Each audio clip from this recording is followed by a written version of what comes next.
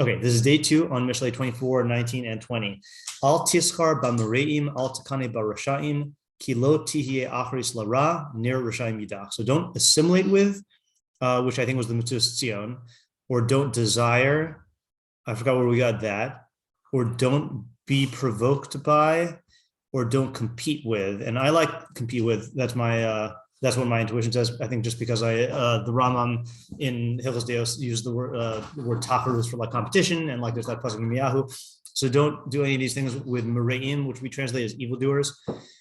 Don't be jealous of Rashaim, of the wicked, for there will not be an end, which we said is either a lasting end or a good end. I think the Targum said a good end for evil or for the evil person.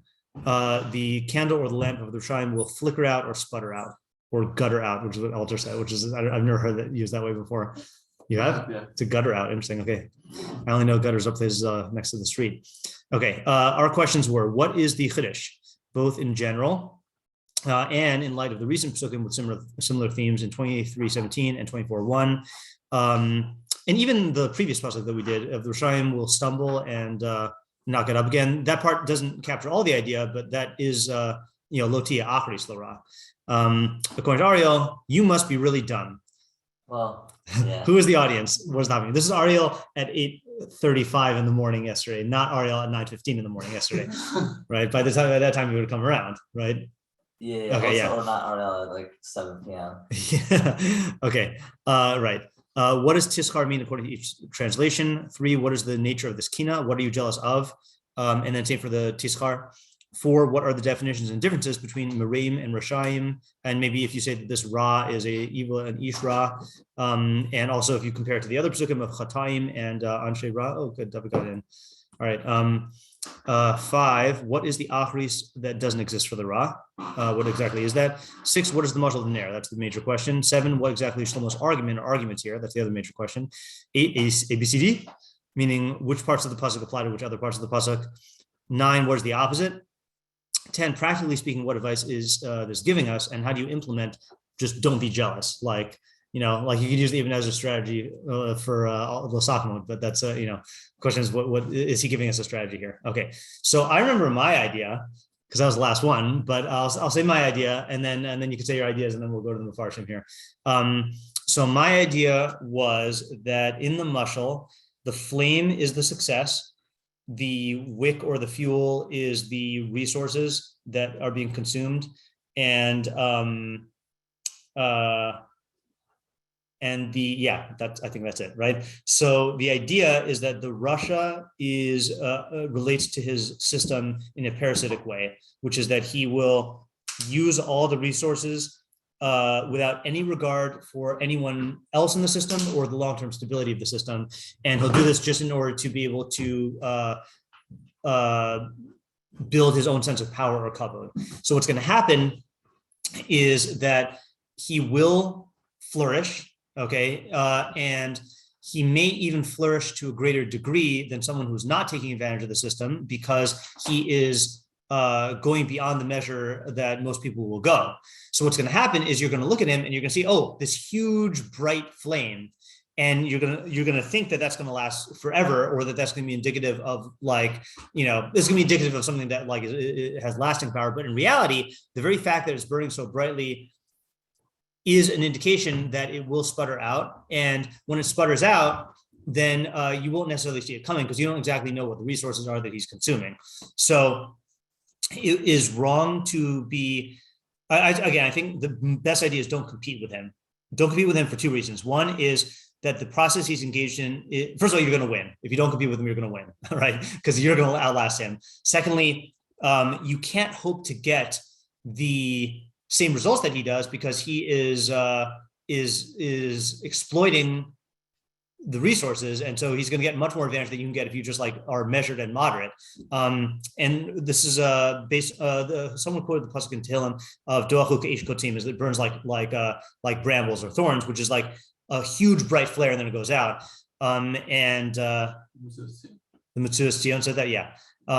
Right. So I think that is the idea that we had yesterday. Yeah. Did you pass the island roofings? Yes. Yeah. Maybe also just made the point that part of the reason that a person might make this mistake is because the Russia pulls you into this relativistic value framework. Right. That is definitely how he operates. Right. Yeah. So I guess you can be lured by just the success himself, or actively pulled in by him. Before we go into your idea, could we see if there? I don't know if there has to be, but could we differentiate between Meraim and Roshaim, or Tischar and Takane? Just to flesh out the subtleties here. Do you have to look at this specific? I'd say the difference between Tischar and Takane is that Tischar is where you're being pulled into taking actions that are competing. Yeah. Whereas Takane is you're refraining because is right. Lucius, but you're still affected by it. Yeah, but you still feel like it's not fair. I like that distinction. So external and internal. Yeah. Discard might mean you're going to involve yourself in this group, whether it's you're dealing with them, you're competing with them, you're directly interacting with them. Yeah. The kind of Rishon might mean you act like them, but you're not actually interacting with them. Right. It could be action at a distance. Yeah. Right. Okay. That's good. Also. Yeah. All right. Yeah. See, that's the type of thing I'm fine with either of those ideas. Either way we plug it in to get subtleties, and it's not going to affect the main idea. But those are both good though. Yeah, I'd say because I this Meraim and Rishayim, I'm gonna pull a Radak and say saying different words to so it's the same thing. Oh wow, that's a old school throwback to Radak. Yeah, it was Radak and Tillen, I think, right? Yeah, right. Yeah. That's funny. I think that in terms of just remind me again, this was the acting with them. Yeah, I think both of yours work out with the why it puts the emphasis on Meraim with the actors, right? Like people who do evil. So initially I thought that Roshaim are worse than Meraim. Here it's just talking about it's emphasizing the Merea because it's talking about their actions that they do, whereas Russia is emphasizing their internal state or their values or whatever. Yeah, Ezra? And what about for what's the Achris Lara near Roshaim Yidach? Why can't it be Achris Russia near Ra Yidach? That's a good question also. So I think because the way the Mishlei definition of evil, of the does the word antipode mean anything useful? That word flashed into my mind. Antipode.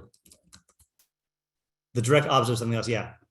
I don't know why that's better than opposite, but that Mishleic evil is the antipode of tzedek. So the evil itself, that value system of evil or that approach of evil will not have a lasting outcome by definition. I can't explain why it doesn't say Roshaim or Meraim, but maybe Ra unifies them. I don't know. So then why is it not near Ra Yidach? Oh, so that's a different question. Why? Why is near Roshaim specifically Yidach? Yeah, right. Yeah. Okay. No, Achris Lara there's no good end to those actions. Yeah. The actions, turn out bad. Yeah.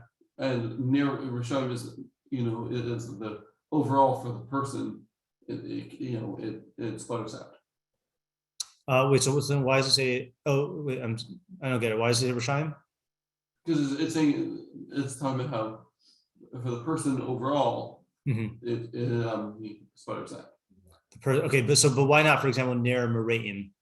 Oh, I wasn't entering. Oh, you weren't. Okay, I fine, was just meaning why it wasn't near Raw. Okay, right, yeah. Well, if Meraim are people who are involved in a particular area of evil, but only one particular, they might be using all. That's true. That's true. Right. You could be a Merea without being a Russia. Right. And the Merea will not necessarily sputter out, but they are well on their way to. It's only a matter of time before Merea develops into a Russia or undevelops into a Russia, devolves into a Russia. Yeah. Okay. I'm content with that, and I think in terms, once it becomes a defining characteristic is when you're going to start getting the sputtering out. Right. And it's also probably when you're going to really become parasitic in a way that really destabilizes the system. Like an individual Maria is not necessarily going to destabilize the entire system, but the real Russia will. And then I'll just say, I don't want to tread on your territory here, but I think that them fighting eyebrows. I think that this could apply to any audience because anyone is subject to this jealousy. And take it away, Ariel. Yeah, no. Yeah, it's funny you say that because like I while you were saying your idea, I think you can say like I don't know about your full idea and throw it into within mine, but like but the point of like it applies. I just want to take of the tzaddik because like that's the most extreme. Okay. Right. Yeah. But but it does apply to everyone, and I think that like as I was saying yesterday, with like the emotional competition versus the altruistic one. Yeah. If you get involved with the emotional, you may lose sight of what's right, and you may use your resources in a way where it can be harmful. Right. So, and then your idea with like the martial law, the way comes into play. Yeah. But it applies to everyone, really. Yeah. Okay, good. Yeah, I think so. Yeah, and I think the tzaddik is going to have to apply it differently because. Oh, yeah, I think so. Yeah. Okay. Okay. Anyone else have any other ideas from yesterday that we want to develop before we go back to the Mefarshim? I think this is a really good idea.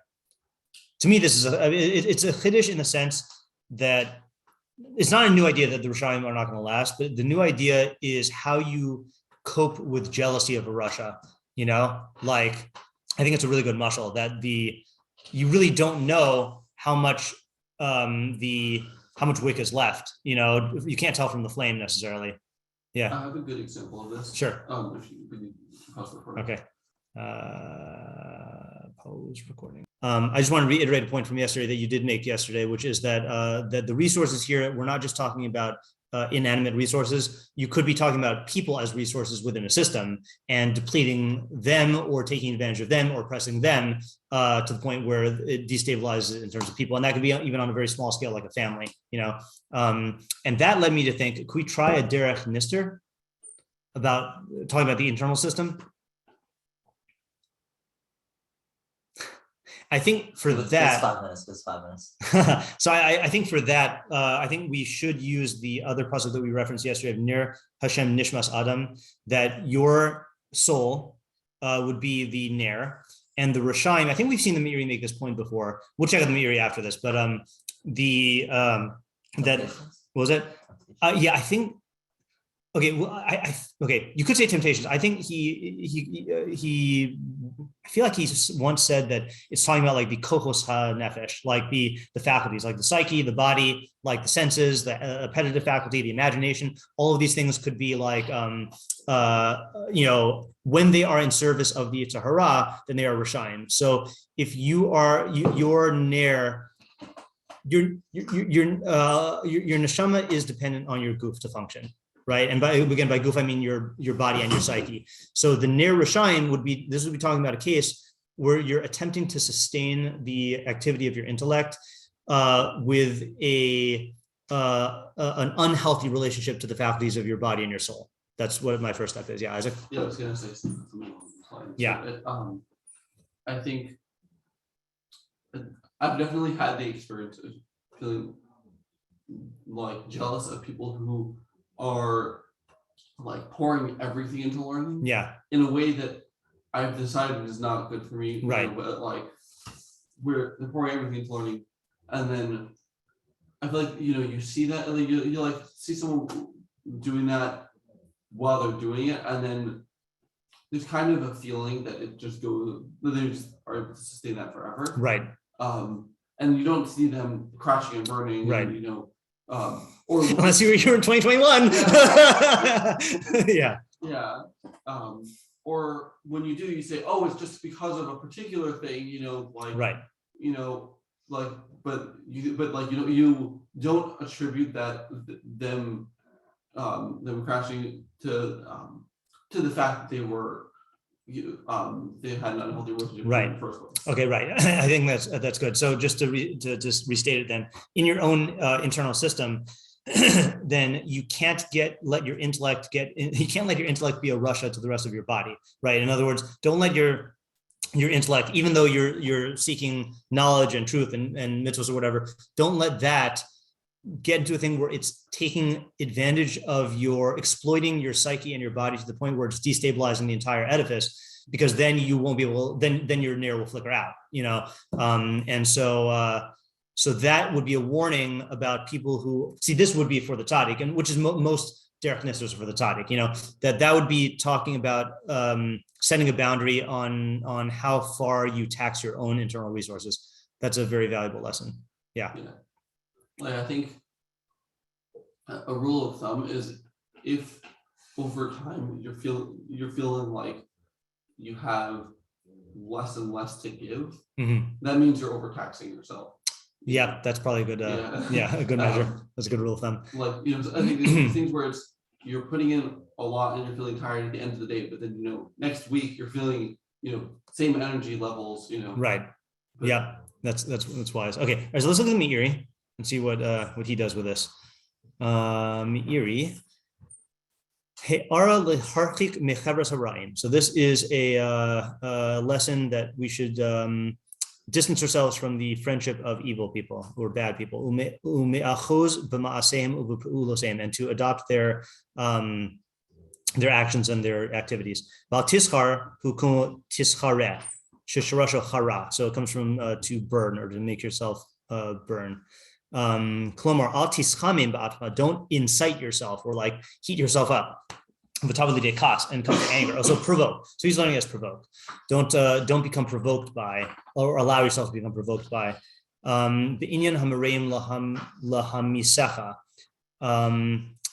these mereim to kill you. L'damos lahem, or is it lahamayasacha? I think lahamisacha is probably the other round. Maybe to kill you by making you. Yeah, I guess. Copy their actions. Yeah, I guess. L'damos lahem b'masa, to resemble them in action. Well, takana behem la'asos k'masem, and don't be jealous of them to do like their actions. Okay, so he's not taking our approach for the distinction between, what do you call it? Mereim and Rishon. Kiloti achris l'ra, ratzalam l'adam hara. Okay, so he says there's no lasting outcome to the bad man, which I guess would refer to both of those people. Kikol hatzlachaso ena ella hatzlacha medumis o amitis, lo amitis. All their success is only imaginary success, or and not real, not genuine. V'hakol yichale v'ya'abed, and everything will end and be destroyed. V'hu amru nir Rishayim yidach v'hu mashal lenefesh. So that's a mashal for the nefesh. Okay, the tischar, it says, see above in 2027, which we can look at later. The tischare, the pelas tisgar. Tischar, the pelas tisgar. Okay, so the form of it, tischar, is like tisgar, huba patach, he v'haya royal hios b'kamat. Okay, that's a grammatical thing I don't know about. Mitoch kach yesh mefarshim oso shehu asid mibin hakal v'shosha tachar. So some say it does not come from chara, but tachar. I think that's the competition one. But it's the same idea. Okay, fine. The Yesh Mefarshim.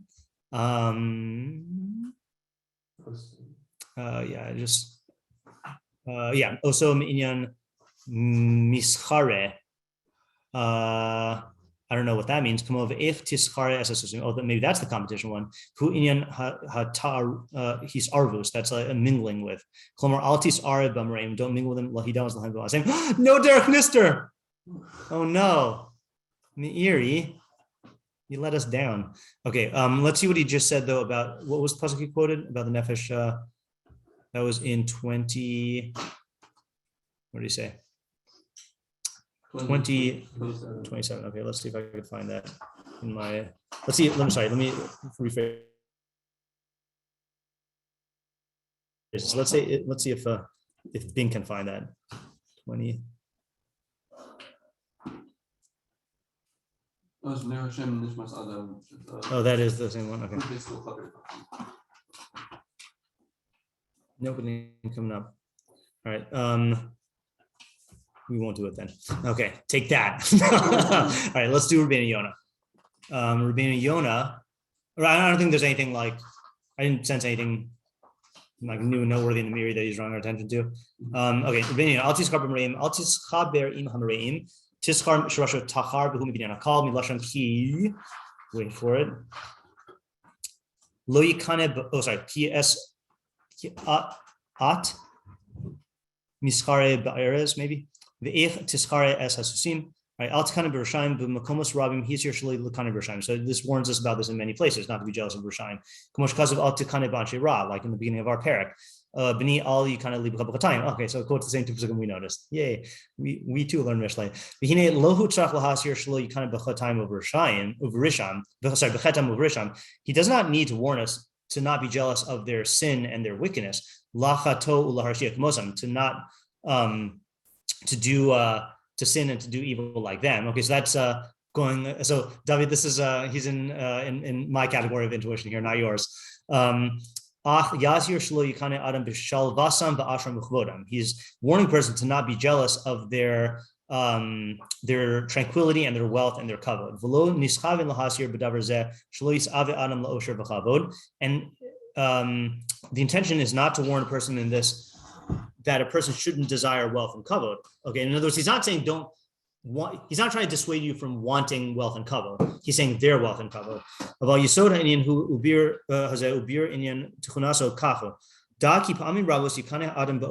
Many times a person will be jealous of osher and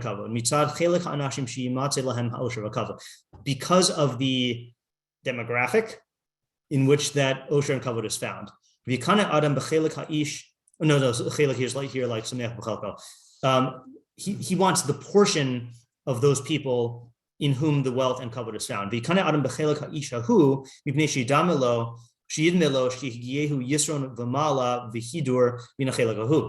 he wants that chelek of that man because he imagines that it brings him advantage and distinguishment or stature and majesty from that chelek. Okay, I think I remember this, Rabbeinu Yonah. This is one of what I call the Pirkei Avos style Rabbeinu Yonahs, where he's like giving us a nice long explanation and fully like talking it out. Okay, so he says, if you, and this is not going to be politically correct, okay, so no one cancel me. If a person sees someone who is covered in boils and afflicted with like bodily disease and illness, he sees that person with wealth and honor. Lo yikane b'osher v'chavod. He won't want that guy's wealth and kavod. V'lo yisoror libo lichsof elav mitzad chelik ha'isha hu. His heart will not be aroused to yearn for it because of it being the chelik of that guy. Okay. Because that wealth does not bring him happiness and kavod that make people honor him. So he is warning us based on that principle. Shlomo is warning us now to not glorify the Rasha or let him seem happy in our eyes because of his wealth and his kavod. His osher and kavod should be like the golden ring in the snout of a pig, right? That's like from a throwback to, when do we do that one? Oh, that was in Monday night, Mishlei here.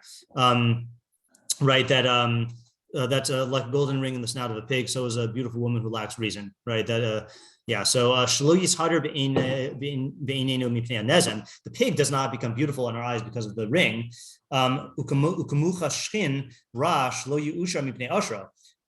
Just like a guy who's afflicted with a bodily boils, that he does not become happy because of his wealth.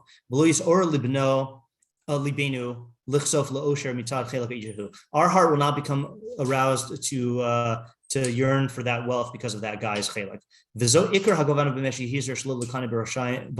That's the essential intent in telling you to not be jealous of Chotayim Yerushalayim. You should despise them and scorn them in your minds, in the eyes of your heart. Gam kin yiheh balei osher v'chavod, even if they are wealthy. Midatenu, based on our knowledge, ki achrisim l'chala b'nechretza, based on the fact that they're going to ultimately end up being destroyed. The ein ha'osher v'kavod hahu yisron lahem, and this osher and kavod is not a benefit to them. V'zeh ha'tam shifarish achrei pasuk hazeh, and that's what it's going to explain in the next pasuk. Okay, we'll do this now. I don't think this will be long. Where is it? Oh, ki ein oram, is that right place? Ki ein oram Their light does not come from their nefesh. Okay, so that's like we were saying, that there's tranquility in their kavod is like a ner that illuminates for a person, but that goes out when the oil runs out. Gam Rishayim, so too, tismalas eitan v'chale tovan. They will, I know that's a phrase from Tanakh. I think it means like they'll get their measure of deserving punishment, right? And their good will be depleted. Okay, so let's stop there because that's or unless this is maybe we'll read it. If you talk in the parsh kihu remez ovdan hanefesh biyom hamavis, you might be talking about the destruction of the soul on the day of death. Ki neshama nimshalas l'ner, because the neshama is compared to a ner. Uvutzeis nefesh harasha min haguf tidach v'tekshach. And when the nefesh of the rasha leaves the body, it will extinguish and be darkened. Tavo ador avosav ad netzach lo yiru or. Okay, so a lot of stuff here. So first of all, I want to just say to make this easier, I think this is totally consistent with the approach that we were taking, but the emphasis is different. Yeah. So what's his main idea? Yeah. The difference that he has is his practical approach to this. Yes. As opposed to it being just to not like covet it for the reasons of like attaining it. The reason you shouldn't covet it is because that only like fuels the desire for the Rishayim, not even for yourself, right? The Rishayim, and like you're like buttressing this culture of that being like viewed as good, right? Okay, that's good. Yeah, let me just think about that for 1 second. Yeah, you want to? Yeah. Not sure if it's the same. Okay, sure.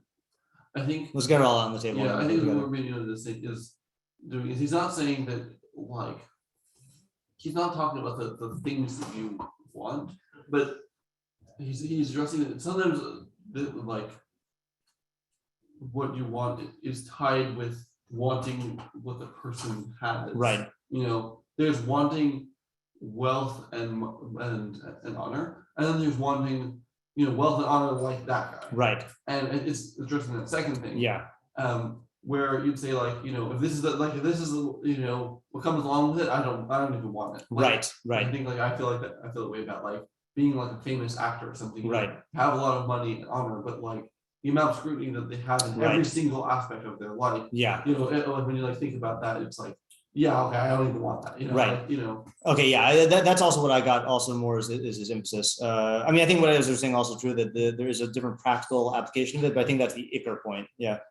He's not really talking some nice at all. He's not saying don't act like them. It's not because they're going to fail and fall. Right. He's saying just like in the jealousy internally. Itself, even if they didn't, fail. He's still telling you. Yeah. Okay, that's good. So I think just in terms of practically applying this to us, I think we do have to differentiate between like you have to know yourself whether you are being jealous, whether you just want the stuff or whether you want like their stuff. Like you want that lifestyle. Yeah.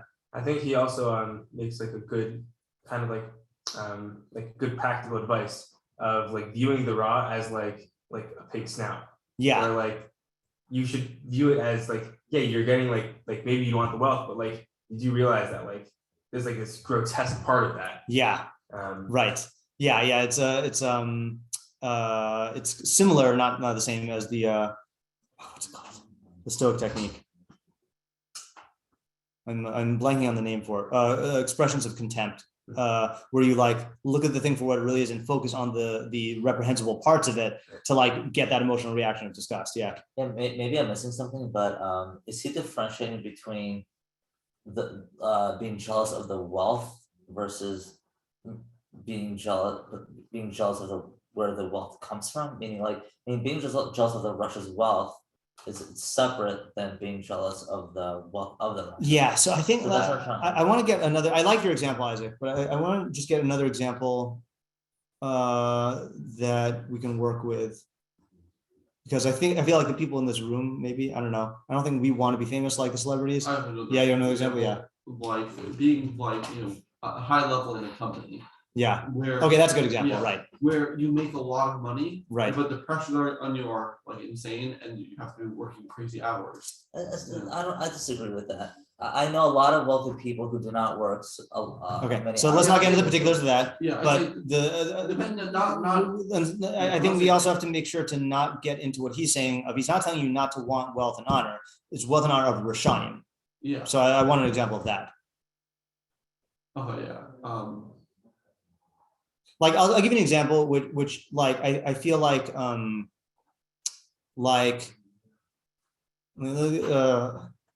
yeah. Why not like your mention from yesterday of the people before the market collapse? Okay, that's a good example. Right. So let's say you have someone who's making a lot of money off of other people's like taking advantage of other people, right? So you can look at that and be like, oh, what I would have given to have gotten into that, like a couple years ago, and then I could, get all this money. So what you have to realize is that type of person imagine what that type of person is doing with the other relationships in their life, right? Like that is not the type of person who is the person who's seeking money and glory at the expense and just is totally disregarding the fact that they're harming people. That type of person is also, you can guarantee that they have messed up relationships. You can guarantee that they are probably like, their friendships are probably entirely based on some form of utility because they're going to use you until they don't need you anymore, or like politicians, I'm sure, are the same way. And that type of life is not an enviable life, so you can't have, so if you want like to be where that guy is, that spot comes with boils, like that spot comes with boils. Now, if you want, and I think the move he made is good about saying this is not telling you not to desire wealth and honor, because now what this allows you to do is say, oh, well, I just want the wealth and the honor. Oh, well, guess what? I got a book for that. It's called Mishlei, and Mishlei will tell you how to get wealth and honor, not through riches, but I think the emotions do often attach themselves to particulars, and okay, here's another example. Okay, is like, there is the archetype. We won't use I was going to say like the Hugh Hefner type, but let's go with something that is more relatable, that there's like the ladies man type, there's always in every high school, like there's guys who are like extremely popular or whatever. And like I guess I'm coming from public school also. So like, it went further back then, but so people like look up to these guys and view them as, well, they have it all. Like they're totally popular. Like everyone loves them. They have like, they have everything that everyone's, clamoring for, but navigating that web of those relationships and upsetting people and having to like, be with this girl and then she gets jealous and then like it is not an enviable chelek, yeah. So I just wanted to clarify. So when he's using this example from the wealth of the Russia, is he saying that people when people see the Russia and his wealth, people associate, okay, this wealth, because the wealth is from the Russia, they associate that this is the wealth they can only get from being this guy? Is that what he's saying? Yeah, meaning it's this person's position. Wealth, yeah, like if I were in his shoes, like that's the type of jealousy versus like separating the two, that there's wealth and then there's exactly. Russia, you can get the wealth and his wealth. The wealth that's in his shoes is tainted. It's going to come along with a lot of hidden costs. Here's another example, and I guess I'm just only thinking about this because I'm still thinking about the monarchy. But in The Crown, then like there are a lot of people who are jealous of Queen Elizabeth at various times, and there is only one position like that, and all of the responses that she had come from the fact like that there's so many limitations and restrictions and expectations and pressures. Again, she's not wicked, but like that come from that. And the illusion is people think they can just like, that's what the imagination does, it's the Photoshop of the psyche, is that you can like just edit out that one thing and then just have it without all the other stuff. It's a good technique. Yeah. Or even if all the other stuff is like good, like it will sputter out, like in right. Scenes from an Italian restaurant exactly. from Billy Joel, if you're familiar. Say it again. The Scenes from an Italian restaurant. Like I'm not familiar. Yeah, unfortunately. Brendan and Eddie with King and the Queen of the Prom riding around, like they were like popular stuff. Yeah. They're really cool. Their marriage would be at the end of July, and then like the next verse, like they're getting a divorce. Okay. Yeah. Right. Yeah. Right. Yeah. I have another Billy Joel example. Okay. Jackman. Yeah. Do you know that song? No. Okay, fine. So he's singing. So I only know Piano Man. That's the only song. Yeah. So he's talking about. He just talks about like what being a singer is actually like. Mm-hmm. Like that he needs to make sure to be staying relevant. Meaning it's not like Piano Man. Yeah. Yeah. Right. Like that. Like he needs to like keep saying like at the top of the charts, else it's all going to go away. Right. He needs to he has to like it's literally all like the different non-glamorous parts of being a singer. And just like accepting that right. Yep. Yeah. That's good. Yeah. I have a funny example. This came up. Okay. So, stories and reels on Facebook, I never even noticed them before, but now that I'm like trying to pay attention to what's going on, so I'm seeing these things. So I saw this one yesterday of it flipped back and forth between Hugh Jackman and some other actor who I didn't recognize, but apparently some other like superhero actor, and it was flipping about both of them on talk shows. Okay, it's actually a good example of the derech and nistar for the Meiri, but applied to physicality. Okay, so Hugh Jackman was talking about Wolverine, and like they were talking about shots where they are not wearing a shirt and they're all muscular. So they're talking about what they need to get there. Now, I would have thought before watching this video that it's based on diet and working out. Okay, those two things, right? But what they explained is they said that the process for filming one shirtless scene, okay, requires 3 months of the training working out, but then what they have to do is they have to dehydrate themselves for 3 days. Okay. And so they said for the first 2 days, they can have like 1.5 liters of water. And then the third day, the day of filming, they can't drink any water at all. And this other actor said, he says, this is going to sound funny. He says, when I'm in that state, I can smell when there's water in the room. Like my body is so in need of water. And he said, and the worst is sometimes they don't finish filming, so you have to keep it going for the fourth day, and then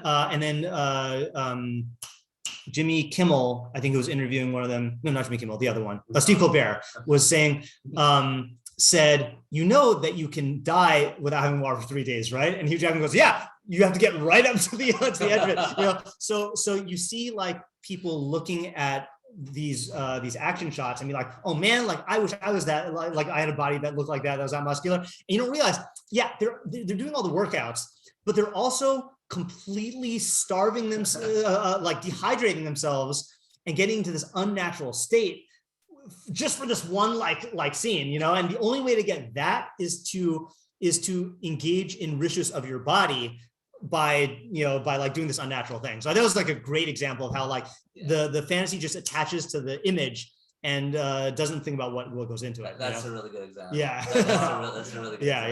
Yeah. I'll try to find the clip and send it. I've always wanted to know. Yeah.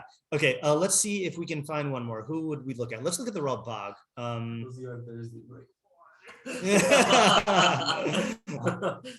Ever since get muscles.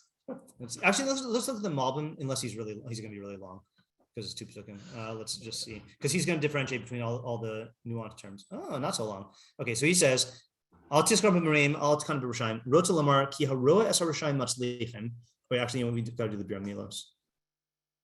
Oh no, he's just going to refer us elsewhere. Okay, one who sees the Rishaim succeed, Oz, O Shemasem Raim Be'enav, either his actions will be evil in the observer's eyes, he will not be jealous of them to be like them.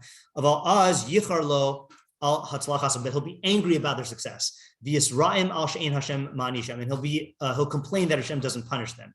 V'alzeh omer al tiskar. Concerning that guy, the pasuk says, "Don't be angry." Rotzlomar al yecharelach al hamareim hatzlachasam. Don't be angry about the mareim and their success.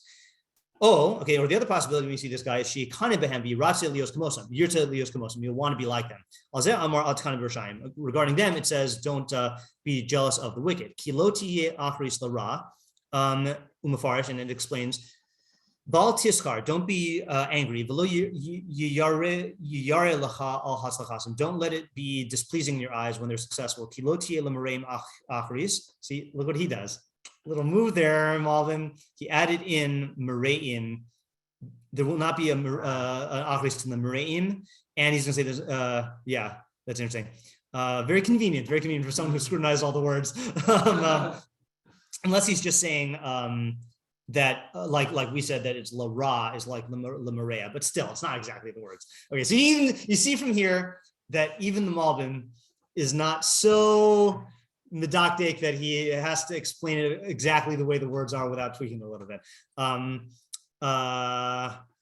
Vindicated. Okay, no. The Cavill onsham besof, and they will ultimately get punished. And their end will be cut off. So I guess he's saying that it's not explaining why. And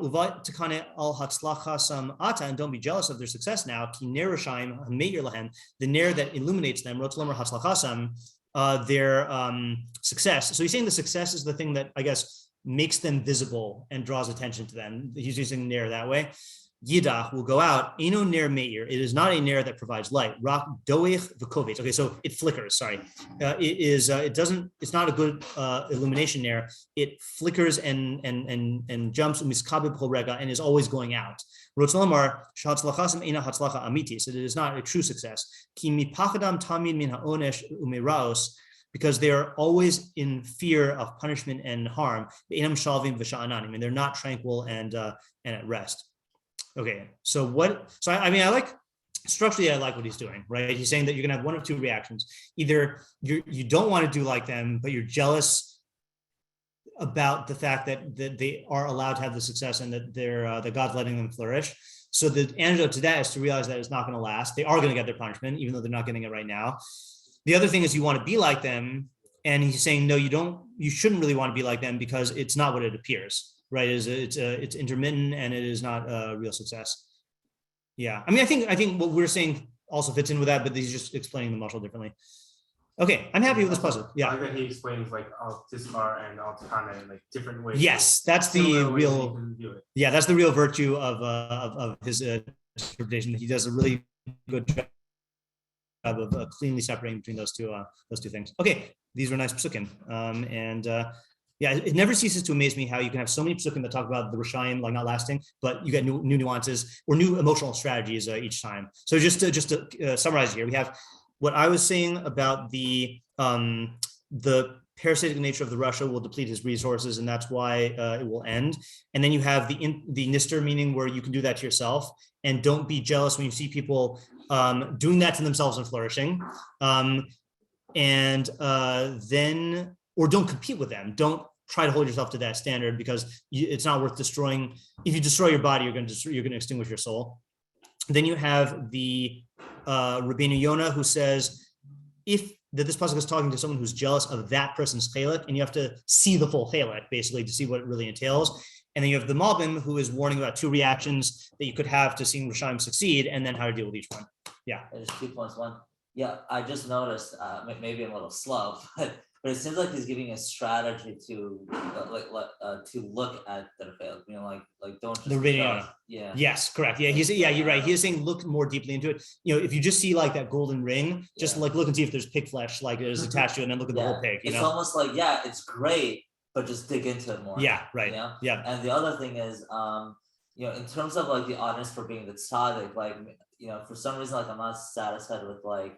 Are we like kind of like redefining the tzaddik a little bit? I mean, like how is? Were you talking about in the derech nistar, or are you talking about the fact that the tzaddik is included even in the derech nistar? Included, yeah. Meaning like I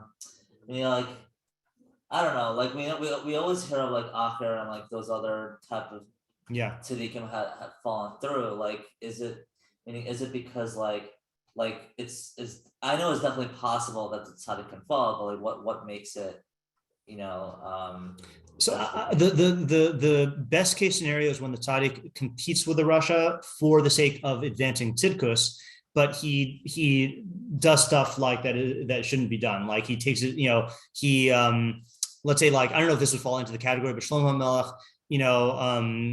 violating all the mitzvos of the king in order to expand the Malchus, which was a good reason, but he was, it was rishus in the sense that it was going against the Torah and overstepping his bounds, or let's say like someone who is in a position of power, and this is an example. I mean, I guess it's you can argue that this guy was actually a Russia, but Robert Moses, who created the whole highway system in New York, the city planner, basically just totally like plowed through and destroyed neighborhoods in order to like make this thing and then set up like these systems. And if you asked him, again, I'm being Don Lukovsky here, he was doing it for the good of the city and the good of the people, but like, you know, overstepping his bounds and like Right. you know, that's I like the Shalom Aleichem. Yeah. Like he was a tzaddik, but like he. right, Yeah, right, that's a good example. right. Okay, very good. Thanks for coming. Okay. Yeah.